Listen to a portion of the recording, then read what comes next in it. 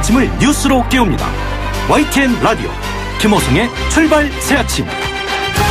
여러분 안녕하십니까. 출발 새아침 김호성입니다. 닷새 동안의 긴 추석 연휴 어떠셨는지요? 추석 연휴 고향 민심의 키워드는 평화와 경제였습니다. 여당은 평화가 경제라고 내세우면서 북한의 비핵화 그리고 종전 선언 이슈를 부각시켰습니다. 야당은 남북관계 개선에 대한 평가는 외면하지 않았지만 소득주도 성장 정책에 따른 민생경제 우려를 강조했습니다. 네, 이런 가운데 한반도 비핵화 이슈가 유엔 총회 현장을 압도했습니다. 문재인 대통령 우리 시간으로 오늘 새벽에 유엔 총회 기조연설을 통해서 북한의 비핵화 의지를 전했고 종전 필요성을 국제사회에 호소했습니다. 불안했던 로켓맨이 땡큐 김 위원장이 됐습니다. 2차 북미 정상회담 발표가 임박한 것으로 보입니다. 한반도 비핵화 이슈는 당분간 지구촌 초미의 관심사로 주목받을 것으로 예상됩니다. 평화가 경제다 하는 것이 한 묶음으로 새로운 길을 열 것인지, 평화와 경제가 따로 노는 안타까운 상황이 펼쳐질 것인지 국회 역할도 중요해졌습니다. 그래서요, 오늘과 내일 이틀에 걸쳐서 긴 추석 연휴 기간 동안 밥상머리에서 나온 민심은 어떠했는지 알아보는 시간 마련했습니다. 1부에서는 자유한국당 김병준 위원장 연결해서요, 제1야당의 민심 파악은 어땠는지 알아보겠습니다. 아울러서 민주평화당의 정동영 대표로부터 추석 민심 전해 듣는 시간을 마련했습니다. 2부에서는 정의당 이정미 대표를 연결해서 한가위 여론 자세히 정리해 보도록 하겠습니다. 3부에서는 추석 민심을 둘러싼 여야 입장차, 그에 따른 여론조사 결과도 알아보는 시간 마련했습니다. 네, 9월 27일 목요일 아침입니다. 잠시 후 출발하겠습니다.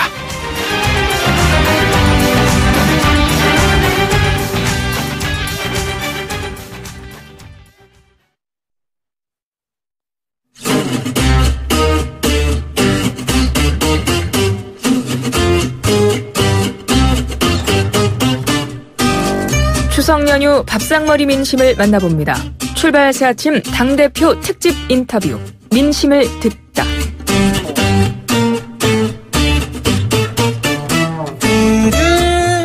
네, 닷새간의 추석 연휴 끝났습니다. 다시 일상으로 돌아오고 계시죠? 닷새간의 추석 연휴 동안에 누구보다 바쁘게 움직였을 곳 바로 여야 정치권일 겁니다. 민심은 천심이라고 하잖아요. 추석 밥상머리 민심은 과연 어디로 향했을까요? 네, 출발 새아침에서 각 당대표들 차례 연결해서의 밥상머리 민심 자세히 알아보기로 했습니다. 여당인 더불어민주당은요, 대표 일정상 이유로 인터뷰에 응하기 어렵다 이렇게 밝혀서요, 청취자분들께 양해 말씀드리겠고요, 빠른 시일 안에 전해드릴 수 있도록 하겠습니다. 네, 제1야당 자유한국당 김병준 비상대책위원장 전화로 연결하겠습니다. 위원장님 안녕하십니까? 예, 안녕하십니까? 네, 예. 첫 추석 명절 그 위원장님 되신 다음에 이었을 텐데요. 예. 어떻게 어디서 보내셨는지요? 예, 고향이 경북 고령인데 네네. 대구 들러서 고향에 한 2박 3일 다녀왔습니다. 예. 뭐 어떤 말씀들 들으셨습니까? 예, 잘하라는 이야기, 예, 고생한다는 이야기, 예. 그다음에 이렇게 해라 저렇게 해라, 많은 이야기 들었습니다. 따끔한 질책의 말, 그리고 또 격려의 말, 두 가지 다 공존했을 텐데요. 대표적인 얘기들 좀 한번 들려주시죠. 예, 이제 격려의 말 하는 거는 덕담이니까. 네네. 제가 굳이 소개할 이유가 없을 것 같고요. 네네. 이제 왜 이렇게 못하느냐. 예. 이런 이야기들. 근데 이제 참 이상한 거는 저희들은 한다고 열심히 하는데, 이게 이제 눈에 잘 안 보이는 모양입니다. 하나 대표적인 예가 되겠습니다만. 네네. 최저임금 문제 같은 거는 저희들이 참 하느라고. 예. 소득제도 성장의 문제와 그다음에 최저임금의 문제를 가지고, 많이 참 문제를 제기하고, 심지어 거리에 나가서, 집회도 하고 이렇게 다 했음에도 불구하고. 네네. 왜 최저임금 문제에 대해서 왜 말도 안 하고 있느냐, 이런 이야기 들을 때는 좀 제가 이제 좀 당황스럽고 그랬습니다. 말을 안 하신 게 아니라 이야기는 많이 하시지 않으셨나요? 많이 했는데, 네네. 그게 전달이 안 되는 것 같습니다. 예, 그 전달이 안 되는 이유가 뭘까요? 그래서 이제 보니까 뉴스들을 잘 안 보시더라고요, 옛날보다. 그다음에 잘 안 보시고, 네네. 그다음에 이제, 또 관심이 없으신 분들도 있고, 예. 그러면서 문제 제기는 하고 싶고, 그러신 네네. 것 같아요. 그래서, 그리고 또 저희들 하는 방법에도 좀 문제가 있지 않느냐. 좀 더, SNS라든가. 네네. 또 아니면 다른 방법으로 좀 직접 전달하는 방법이 없겠느냐 좀 찾아보려고 합니다. 예. 그때 위원장께서, 저희 출발새 아침에 나오셔서 말씀을 하시면요. 그 SNS 예. 문제도 언급하셨습니다만 댓글이 막 수천 개씩 금방 달립니다. 예. 네, 그런데 그 방법의 문제라고 말씀하셨는데 말이죠. 이게 지금 지지율이 그 큰 변화가 없다. 뭐 이런 얘기입니다. 그러니까 뭐 심지어는 그 5석 그 정의당에 뒤지는 상황까지도 있었고요. 그래서 다른 당의 지지율이 떨어져도 한국당의 지지율이 오르지 않는다. 이 원인이 어디 있다고 보시는지요? 저는 여전히 이제 저희 당에 대한 그 시선이 아직도 여전히 싸늘합니다. 게다가 지금 지지자들 중에서도 이제 의견이 나눠져 있죠. 예. 예를 들어서 보수라고 해서 다 지지하는 게 아니고 오히려 더 화를 내시는 분도 있고요. 네네. 그러니까 왜 이렇게 못하느냐. 그러니까 지금 보수 집단 내지는 우파 집단 그 내부에서도 서로 이제 큰 소위 틈새가 벌어져 있는 상황이니까 예. 저는 지지율에 이제 이것을 어떻게 통합하느냐가 문제겠습니다만 지지율에 이제 낮게 나온다고 보고요. 네네. 그러나 어찌되었든 간에 이 지지율에 아주 매일같이 일희일비한다거나 그런 일은 안 하려고 합니다. 예. 이제 또 상대가 내려간다고 해서 우리가 올라가는 거가 아니라는 게 오히려 자체 개혁 내지는 자체의 그 혁신 엔진을 돌리는데 오히려 지금 현재로서는 에너지가 되고 도움이 되는 상황입니다. 그래서 지금 현재의 상황을 있는 그대로 받아들이고 혁신에 관한 노력을 더 해야 될 것 같습니다. 예, 그 김성태 원내대표 비롯해서 그 한국당이 대여 투쟁을 하는 방법에 대해서 썩 그렇게 훌륭하지 못하다 이런 지적들이 좀 있는 것 같습니다. 서투른 면이 있다고 보시는지요? 많이 듣고 있습니다. 네네. 그래서 이제 문제는 투쟁이 그러면 어떻게 하면 되겠습니까? 라고 하면 이제 의견들이 서로 다릅니다. 더 네네. 치열하게 싸워라 아니면은 오히려 여당을 도와줘라 이런 이야기들이 이제 서로 섞여서 나오는데 이제 보는 사람에 따라 다를 수 있겠습니다만 저희들은 나름대로 한다고 하는데 이제 사용하는 아직도 이제 약간 의회의 문제라든가 네네. 또 그렇지 않으면은 이제 그 시민들이 생각하는 기대에 못 미치는 부분이나 이런 부분들이 있는 것 같습니다. 예. 고쳐 나가야 되겠죠. 홍준표 전 대표 이제 귀국하셨는데요. 들어오면서 또 나름대로의 그 의지를 밝히는 발언도 있었습니다. 봄을 찾아가는 고난의 여정을 때가 되면 다시 시작하겠다. 자, 어떻게 생각하시는지요? 전 별로 그렇게 이렇게 하면 결례가 될지 모르겠습니다만. 네네. 크게 그렇게, 무슨 관심을 두고 있지는 않습니다. 지금 우선 당내 문제, 그 다음에 또 지금 정부 여당의 여러 가지 정책들 짚어보는데 사실 시간이 없고요. 예. 그렇게 바쁘고 또 그 다음에 그분의 지금 현재의 그 위치가 일종의 평당원이고 또 지도자 중에 한 사람 아니겠습니까? 네네. 그래서 깊이 따져보고 그러질 않았습니다. 예. 당협위원장 대폭 물갈이를 놓고 홍준표 색깔 빼기다 이런 얘기도 나오고 있는데요. 동의하시는지요? 네. 그 결과를 봐야 안 되겠습니까? 지금 저희들은 어떠한 말하자면 선입관이나 그거 없습니다. 있는 대로. 그래서 나중에 보시면 아시겠습니다만은 그 조사 작업을 진행할 당무감사위원회나 또 그렇지 않으면은 이제 나중에 사람을 교체할 조직 강화 특위나 이런 부분에서 네네. 어느 누구의 말하자면 이 편견이나 네네. 또 이해관계가 반영이 안 되도록 위원 구성도 그렇게 해나갈 생각입니다. 당협위원장 평가의 가장 중요한 잣대 기준 하나만 좀 말씀해 주신다면 어떤 것인지요? 예, 여러 가지를 제가 이야기 드리고 있습니다만 제가 말씀드리기가 적절치 않은 게 그것조차도 네네. 그것조차도 지금 당내의 여러 이제 소위원회나 또 그다음에 그 위원들 께 지금 이제 부탁을 해놨는데 네네. 위원 구성이 다 안 된 상황입니다. 예, 그런 상황에서 제가 이런저런 가이드라인을 제시한다는 게 네네. 적절치 않은 것 같습니다. 어쨌든 결국은 경쟁력의 문제도 있겠지만 기본적으로 우리가 새롭게 제기하는 어떤 그 비전이나 철학에 대해서 얼마만큼 그 인정을 하느냐. 네네. 또 그다음에 도덕성이나 뭐 이런 여러 가지 잣대가 되겠죠. 일반적인 국민 상식에 맞는 잣대가 될 것입니다. 알겠습니다. 그 남북관계 그 현안 이슈 하나 질문드리겠습니다. 예. 국회 비준 동의안 처리 관련해서 바른미래당은 본격적으로 논의할 시점 됐다 이런 평을 하는데 한국당의 스탠스가 굉장히 중요한 것 같습니다. 예. 어떻게 해야 한다고 보시는지요? 최소한 지난번에도 저희들이 이게 비준을 하면은 거의 법률적 성격을 갖고 법률적 지위를 갖는데 네네. 그렇다면 하다못해 돈이 얼마나 드는지라도 좀 알아야 되지 않느냐라고 했는데 그래서 추계를 좀 해왔으면 좋겠다라고 했는데 그런 것도 우선 당의 연도에 드는 문제 그 다음에 드는 문제 정도만 해오지 전체 추계가 지금 안 나오고 있어요. 네네. 하나의 애입니다만은. 예. 이제 그런 문제. 그러니까 이제 그 법률적 그 효력을 갖는 문서를 그렇게 가볍게, 우리가 동의할 수 있냐. 그 다음에 또, 북핵 문제에서 진전이 좀 어느 정도는 보여야 되지 않느냐. 예.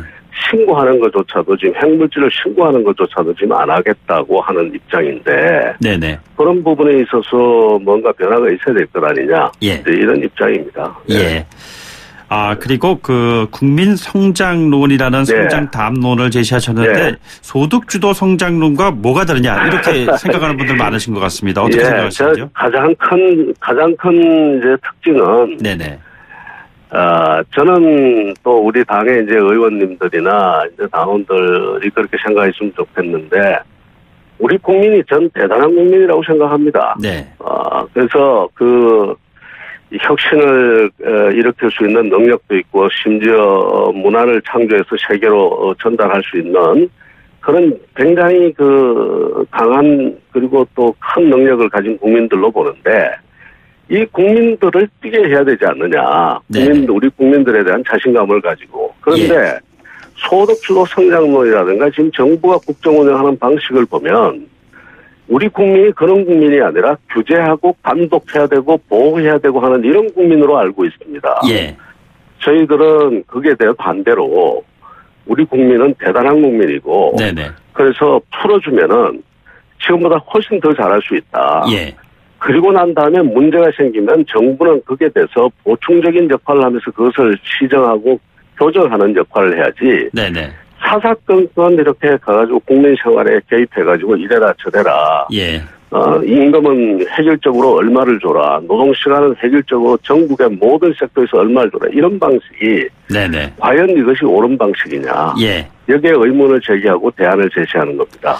알겠습니다. 그 당대표분들께 드리는 공통 질문인데요. 마지막으로 추석 이후에 당에서 가장 화력을 집중할 현안은 무엇으로 보고 계시는지요? 역시 경제 문제고요. 네네. 결국은 정부가 지금 특별히 산업 정책을 안 가지고 있습니다. 예. 어떻게 뭘 가지고 먹고 살 것인가의 문제에 대해서 거의 없는 것 같아요. 네네. 그래서 그런 문제를 저희들이 이렇게 가야 된다라고 좀 이야기를 할 거고요. 예. 그다음에 우리 사회에 각종의 말하자면 혁신에 있어서 어떤 장애물이 되고 있는 기득권 노조 문제라든가 네네. 이런 문제에 대해서도 문제를 강하게 제기하려고 합니다. 알겠습니다. 오늘 말씀 고맙습니다. 예, 감사합니다. 네, 지금까지 자유한국당의 김병준 비상대책위원장이었습니다.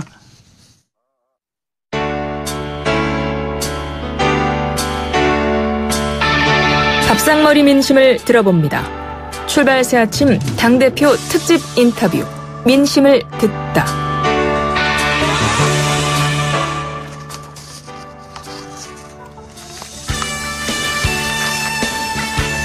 네, 자 이번에는 민주평화당의 정동영 대표를 전화로 연결하겠습니다. 대표님 안녕하십니까? 네, 안녕하십니까? 네, 대표 되신 이후에 첫 추석 명절이셨을 텐데요. 어디에서 보내셨는지요? 예, 전주 고향에서 차례도 지내고요. 네네. 전통시장 장보기도 하고, 예. 기차역 고속터미널에서 귀성객 맞이도 하고, 소방서도 방문해서 격려하고, 그러다가 올라왔습니다. 예, 그렇게 많은 분들 만나신 민심은 정리를 해주신다면 어떤가요? 정상회담 분위기에 대한 축하와 그리고 기대가 컸고요. 그러나 장사 안 되는 것에 대한 그 불안과 또 불만 또한 많은 상태였습니다. 평화 이슈, 경제 이슈였을 텐데요. 그 평화가 곧 경제다. 이런 인식에 많은 분들이 동의하시던가요? 이제 길게 보면 평화가 경제에 도움이 되죠. 그러나 지금 자영업 하시는 분들 당장 설 대목이 별로 추석 대목이죠. 신통치 않다는 것에 대해서 답답해 하시는 거죠. 문재인 정부의 그 외교 정책에 대한 평가는 주로 어떻든가요? 오래된 평화에 대한 열망이 이제 눈앞에 다가왔기 때문에 우선 민족 명절의 가장 큰 선물로 백두산 천지에서 두 정상이 손을 번쩍 든 장면에 가장 감동을 받으신 것 같아요. 그리고 이제 우리도 백두산 관광 갈 날이 가까워오지 않겠느냐 그런 말씀도 하시더군요. 오늘 새벽에 그 유엔 총회 문재인 대통령 기조연설 있었습니다. 이제 종전 선언, 북한의 비핵화 관련된 의지가 담겨 있었는데요. 어떤 부분에 가장 주목하셨는지요? 이제 국제사회가 화답할 차례다. 함께 북한을 평화와 번영의 길로 함께 이끌자 하는 것이 국제사회의 호소한 메시지의 핵심이라고 보고요. 참 1년 전이네요. 작년 9.19에 트럼프 대통령의 유엔 연설. 그때 북한을 완전히 파괴해버리겠다. 그런 무시무시한 연설을 했고 그때 북한 대사가 자리를 박차고 나가고 꼭 12달 전인데요. 정말 180도 바뀌었습니다. 그렇죠.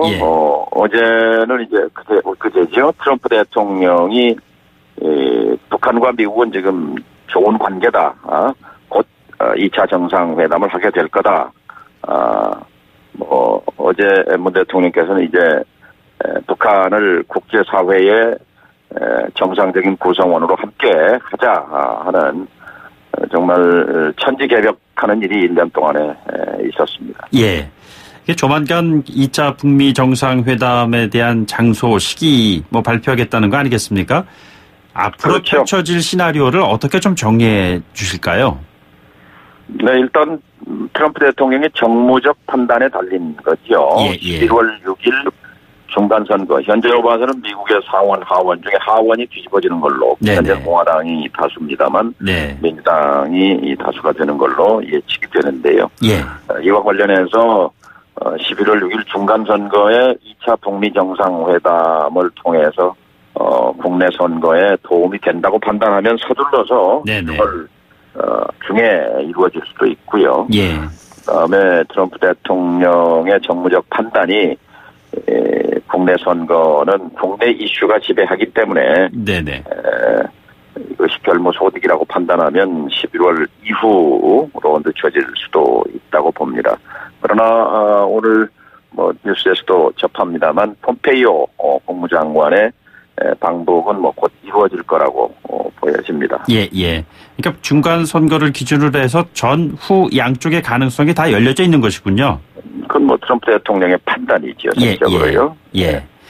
자, 지금 그 추석 연휴 끝나고 본격적으로 정기국회 가동될 텐데요. 지금 판문점 선언, 평양 공동선언 관련해서 국회 비준동의안 처리. 이게 지금 바른미래당 같은 경우에는 나름대로 방향을 지금 튼 것 같습니다. 해야 한다라는 방향으로요. 그런데 한국당은 여전히 반대 입장이고요. 대표께서는 어떤 입장 가지고 계시는지요? 사실은 평양 정상회담 지금 쇠가 닳았을 때 때려야 되는 거 아니에요. 그래서 지금이 이제 한반도의 운명적 대전환을 국회가 뒷받침해야 합니다. 그 하나는 이제 판문점 선언의 비준 동의도 있고 또 하나는 공공 외교의 일선에 나서야 합니다. 국회가. 그러니까 각 당은 각 당대로 하지만 국회는 국회대로 움직여야 하는데 지금 가장 중요한 부분은 미국 내 강경파입니다. 미국 내 강경파는 여전히 북한은 핵을 포기 안 할 것이다. 김정은을 믿을 수 없다라는 거거든요. 그런데 사실 미국의 강경파들은 북한을 잘 모릅니다. 예. 북한 말을, 한국말을 아는 것도 아니고 역사를 아는 것도 아니고 문화도 모릅니다. 자신들의 이념의 눈으로 보는 거죠. 보고 싶은 대로 보는 거란 말이죠. 자신들의 국익에 입각해서 이것이 이로운 것이다 이런 판단을 하고 있는데 있는 그대로의 북한을 보도록 저는 국회가 미국 의회를 상대로 적극적으로 접촉해야 한다고 생각합니다. 다음 주에 저는 지금 국회 평화의원 외교단 단장으로서 작년 그리고 올해 미국 그리고 러시아, 중국을 여러 차례 다녀온 바 있습니다. 그 상대방 의회 의원들을 상대로 한반도 문제를 설명하고 설득하고 하는 작업을 해왔는데요. 다음 주에 가능하면 여야 의원 대표단과 함께 워싱턴을 가서 민주당, 공화당 의회 지도부를 만나려고 합니다. 예. 바른미래당 의원님도 같이 가시는 걸로 돼 있죠. 예, 이번 대북 정책 관련해서는 전폭적인 지지 입장 뭐 이렇게 견지하고 계시는 것 같은데요. 민심 동향 파악하시면서 경제 문제에 대한 얘기 많이 들으셨다고 하셨는데 현 정부 경제 정책에 대한 입장은 어떻게 가지고 계시는 건지요? 예, 경제 얘기하기 전에 한마디만 더 말씀을 드리면요. 사실 이제 이 한반도 평화와 비핵화와 관련해서 트럼프니까 가능하다. 이게 키신저 박사의 말입니다만 제가 아까 지금 중요하다라고 말씀드렸는데요. 이제 트럼프 대통령과 김정은 위원장이 싱가포르 정상회담을 미국의 주류 사회는 미국 외교의 실패작이다 이렇게 보거든요. 우리 입장에서는 대성공작이죠. 전쟁 위기를 평화와 대화로 이끌었으니까요. 그래서 우리의 입장을 적극 설명하고 또 한반도에 살고 있는 한반도인들이 평화를 이렇게 갈망하고 있는데 이것을 계속 믿을 수 없다. 이런 회의론에 잠겨 있는 그런 여론을 좀 흔들 필요가 있습니다. 특히 이번에 문재인 대통령이 미국에 가서 전한 메시지의 핵심은 많은 세계인들이 북한을 믿지 못한다고 말하는데 김정은 위원장이 내게 직접 말하기를 미국의 속임수를 쓴다면 내가 속임수를 쓴다면 어떻게 미국의 강력한 보복을 감당하겠는가. 이게 핵심입니다. 그러니까 국제사회 전체를 상대로 해서 북한과 김정은 위원장이 속임수를 쓴다고 보는 것은 너무 무리한 회의론인 거죠. 이 지점을 저는 정부와 정부 간의 외교, 국제사회 지지를 얻는 것과 함께 말씀드린 공공 외교를 강화할 타이밍이다 이렇게 말씀드리고요. 그다음에 이제 경제 문제는 역시 남북 간의 평화는 왔는데 삶의 평화는 이제 오지 않았거든요. 삶의 평화라는 건 장사가 안 되고 취직이 안 되고 일자리가 없고 하는 이 상황을 어떻게든 타개해야 하는 건데 이건 역시 국회도 할 몫이 있는 거죠. 이것은 국회가 적극적으로 개혁 작업에 동참하는 것으로부터 시작해야 한다고 봅니다. 최근에 보면은 그 정기국회 이야기 나와서 제가 생각이 나는 것인데 심재철 그 한국당의 그 의원실에서 국가 재정 전산망 자료를 다운로드한 거 두고 기밀 유출이다 이런 얘기가 있어가지고 좀 서로 좀 그 반발하고 이렇게 있습니다. 야당 탄압이다 하면서요. 이 부분 어떻게 보고 계시는지요? 법 앞에 평등이니까요. 아무리 국회의원실이라 하더라도 실정법 위반의 근거가 있으면 그것은 법적인 제재를 피할 수 없다고 봅니다. 근데 관련해서 이제 예전에 신창현 의원 같은 경우에는 수도권 공공택지 개발 계획 자료를 먼저 내놔서 물의를 빚었는데도 큰 문제 없이 넘어가지 않았는데 형평성 문제가 있다 이런 그 반발이 있거든요. 어떻게 생각하고 계시는지? 그건 역시 실정법에 저촉이 된다면 당연히 형평성 차원에서 똑같이 다뤄야 할 문제라고 생각합니다.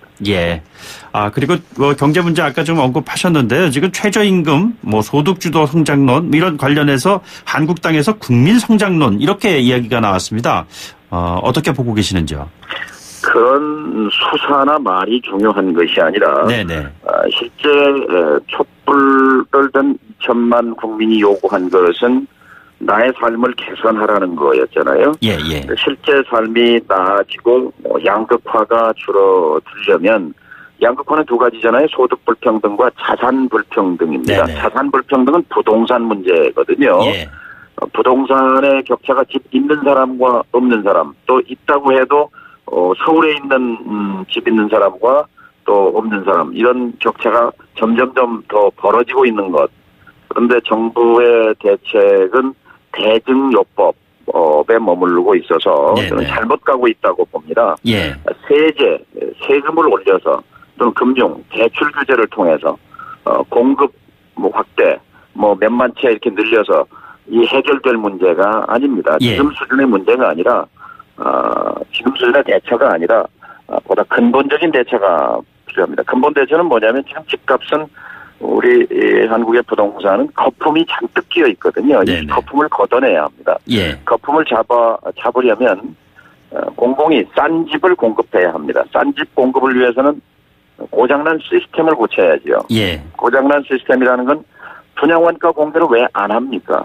분양가 상한제를 다시 도입해야 합니다. 네네. 후 분양제라는 정상적인 제도를 도입해야 합니다. 예. 이런 시스템을 고치게 되면 그렇게 되면은 거품은 잡히게 됩니다. 거품이 예. 잡히면 쓸데없이 올라가 있는 집값이 안정화되면서 지금 1가구 다주택자가 보유하고 있는 800만 채 집들이 이제 더 이상 집은 안 오르는구나 이렇게 해서 이제 털려고 하나둘씩 내놓게 네네. 되면 저절로 부동산 시장은 안정되는 거거든요. 예, 이 같은 예. 정답, 대로를 놓고 왜 그런 반창고를 붙이는 같은 네네. 대증요법에 매달리는지 예. 이해할 수가 없습니다. 예. 부동산 정책의 사령탑을 바꿔야 한다고 생각합니다. 예. 모든 당대표분들께 드리는 공통 질문인데 마지막으로 추석 이후에 당에서 가장 화력을 집중할 현안 어떻게 잡고 계시는지요? 먹고 사는 문제 해결이 국민이 원하는 거고요. 먹고 네네. 사는 문제의 해결의 지름길은 정치개혁입니다. 예. 정치판을 바꾸는 거예요. 네. 그 핵심은 국회의원 뽑는 제도를 바꾸자는 겁니다. 네네. 대통령 뽑는 제도를 직선제로 바꿨더니 정치가 바뀌고 사회가 바뀌었어요. 예, 예. 국회의원 뽑는 제도, 선거제도를 개혁하면 우리 사회의 수많은 사회적, 경제적 약자들이 정치적으로 약자가 아니라 정치적으로 강자가 됩니다. 네네. 그렇게 되면은 사회 경제적 약자를 위한 정치와 정책이 펼쳐질 것이기 때문에 네네. 이번 10월, 11월, 12월 국회는 무엇보다도 집중해야 할 것이 네. 국회의원 뽑는 제도를 바꾸는 것이다. 네네. 국민 유권자가 주신 표만큼 국회의원 숫자를 할당하는 제도다. 네.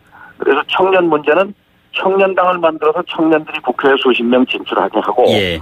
농민 문제는 농민당을 만들어서 농민들이 수 있게 하고 자영업자 문제는 소상공인당을 만들어서 소상공인들이 국회에 진출할 수 있도록 길을 터주는 것. 알겠습니다. 양대 정당이 자신들의 기득권을 포기하는 것이 정치개혁의 핵심입니다. 알겠습니다. 관련 이슈는요. 저희가 별도의 좀 시간을 마련해서 연결해 보도록 하죠. 오늘 말씀 고맙습니다. 예, 감사합니다. 네, 지금까지 민주평화당 정동영 대표였습니다. 1부 마치겠습니다. 2부에 돌아오죠. 소통의 아침을 여는 공정한 목소리 YTN 라디오 김호성의 출발 새 아침. 네, 정치권의 여야 대표로부터 추석 밥상머리 민심 전해 듣고 있습니다. 각 당의 입장 들어보는 시간이죠. 이번에는 5석, 작은 수 의석수이지만 정당 지지율 3위. 그래서 작은 거인 같은 정당이다 이런 얘기도 하는 것 같습니다. 정의당 이야기 들어보겠습니다. 정의당의 이정미 대표 전화로 연결돼 있습니다. 잠시 뒤에 광고 듣고 연결을 하죠.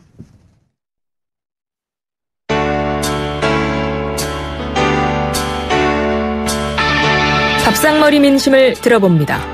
출발 새 아침 당대표 특집 인터뷰 민심을 듣다.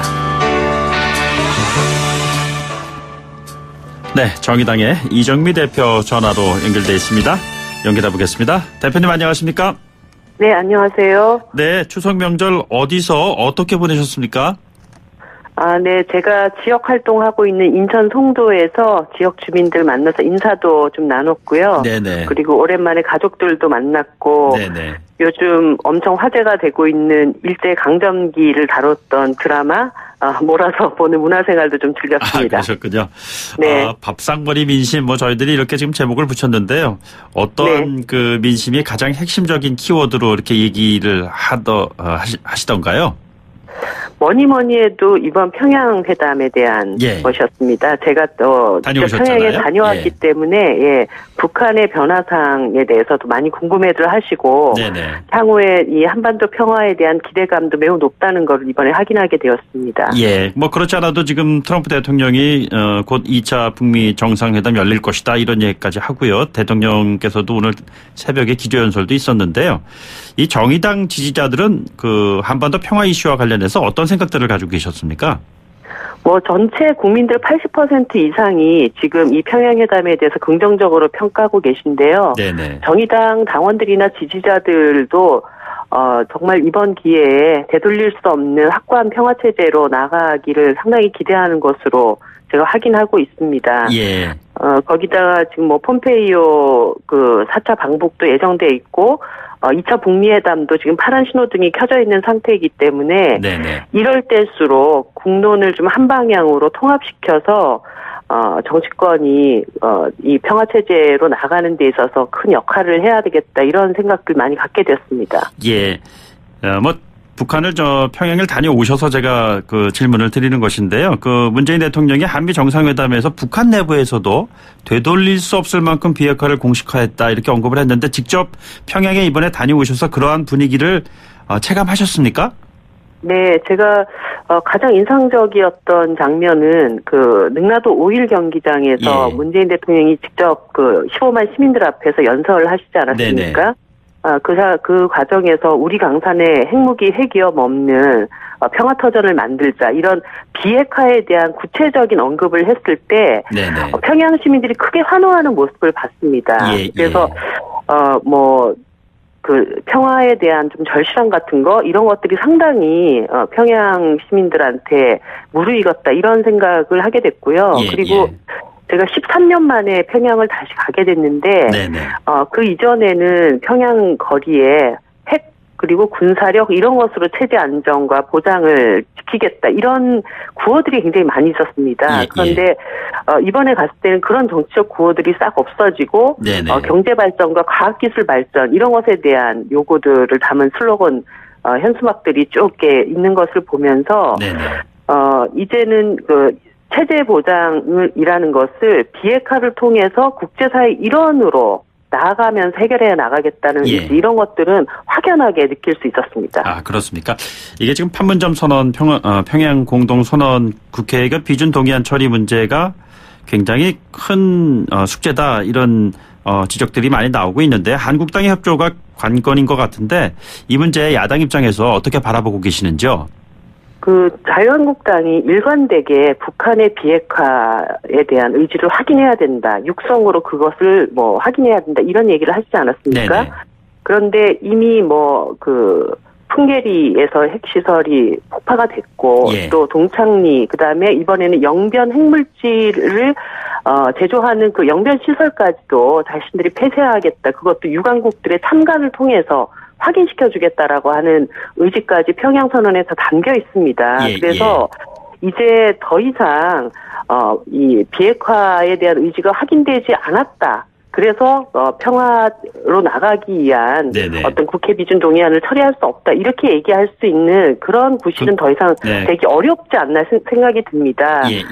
그리고 북미 간에도 일정하게 지금 대화 국면으로 급선회를 했기 때문에 지금 모두가 다 박수치는 과정에서 자유한국당만 손가락질하는 이런 모양새는 이제 그만둬야 하지 않겠는가 그런 점을 적극적으로 설득을 드릴 생각입니다. 알겠습니다. 경제 이슈 관련해서요. 문재인 정부 경제 정책에 대한 평가를 추석 민심을 통해서 어떻게 전해 들으셨는지요? 문재인 정부의 경제정책은 흔들리지 말고 더 과감하게 나가야 된다. 이것이 저는 추석 민심이었다고 봅니다. 특히나 부동산 정책과 관련해서 일련의 지금 정부가 내놓는 대책들이 좀 미흡하지 않는가. 이런 의견들이 있고요. 그리고, 소득주도 성장과 관련해서도, 이것을 더 과감하게 추진해야 된다라는 의견이 반대보다 훨씬 더 많다라는 것이 이미 여론조사 결과로 확인이 되었습니다.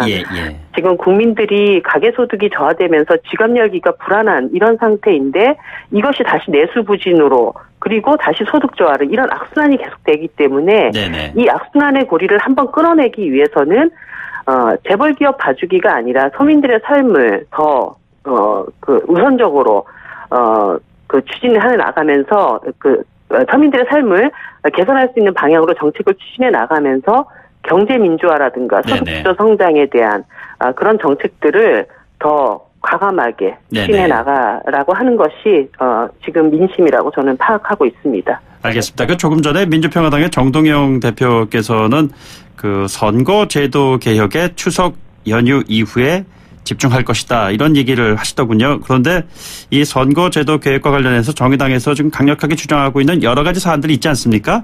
앞으로 어떻게 이 문제를 좀 풀어나가실 계획이신지요? 선거제도 개혁의 핵심은 비례성을 강화하는 것입니다. 국회가 민심을 닮은 그런 국회로 나아가서 국민의 신뢰를 받아야 한다는 것인데요. 제가 이번에 평양회담 2박 3일을 3당 대표가 함께 가면서 이해찬 민주당 대표와 깊은 이야기를 좀 나눴습니다. 그리고 이해찬 대표에게도 개헌과 연계시킬 시간이 별로 없기 때문에 올 하반기 국회에서 이 부분의 합의를 반드시 이뤄내자. 그랬을 때 민주당이 지금 핵심적인 키를 쥐고 있기 때문에 더 의지를 내주십사 말씀을 드렸고요. 이해찬 대표께서도 현행 제도의 불합리성에 대해서 공감을 했고 의석수를 일정 늘리더라도 비례성을 높이는 그런 방향으로 선거제도를 합의해 가자라고 하는 그런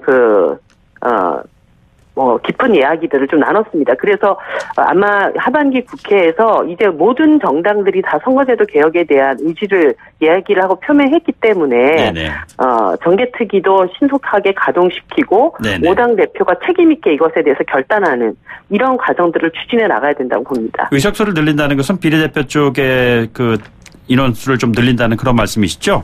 예, 비례대표 비율을 높이기 위해서 현행 지역구 의석수를 크게 손보지 않고 비례성을 높이기 위해서는 정의당 입장에서는 한 360석까지 한 60석을 높이되 국회의원 세비는 현행 전체 세비를 동결시키면서 이렇게 비례성을 높이는 방향으로 가자는 것입니다. 알겠습니다. 당대표분들께 공통으로 드리는 질문인데요. 추석 이후 정의당에서 가장 화력을 집중할 현안 말씀해 주시면 되겠습니다. 지금 우리 사회의 가장 심각한 문제는 불평등 양극화를 해소하자는 것입니다. 소득주도 성장은 바로 이것을 위한 도구인 것이죠. 그렇기 때문에 지금 비정규직 문제뿐만 아니라 영세 상공인들이나 중소기업들의 이 갑질 피해를 지키는 것, 갑질 피해로부터 이분들의 삶을 지키는 것이 정의당이 가장 주력하고 있는 핵심 과제이고요. 이런 비정규직 중소상공인 중소기업들을 보호하기 위한 국회가 되기 위해서라도 선거제도가 그분들의 민심을 수용할 수 있는 그런 방향으로 바뀌어야 한다는 것, 이것이 정의당이 지금 가장 주력하고 있는 과제라고 말씀드리고 싶습니다. 네, 알겠습니다. 추석 이후에 민심 반영하셔서요. 올바른 정책 만드시는데 노력해 주시기 바랍니다. 오늘 말씀 고맙습니다. 네, 감사합니다. 네, 지금까지 정의당의 이정미 대표였습니다. 네, 2부 마치겠습니다. 3부 뉴스 듣고요.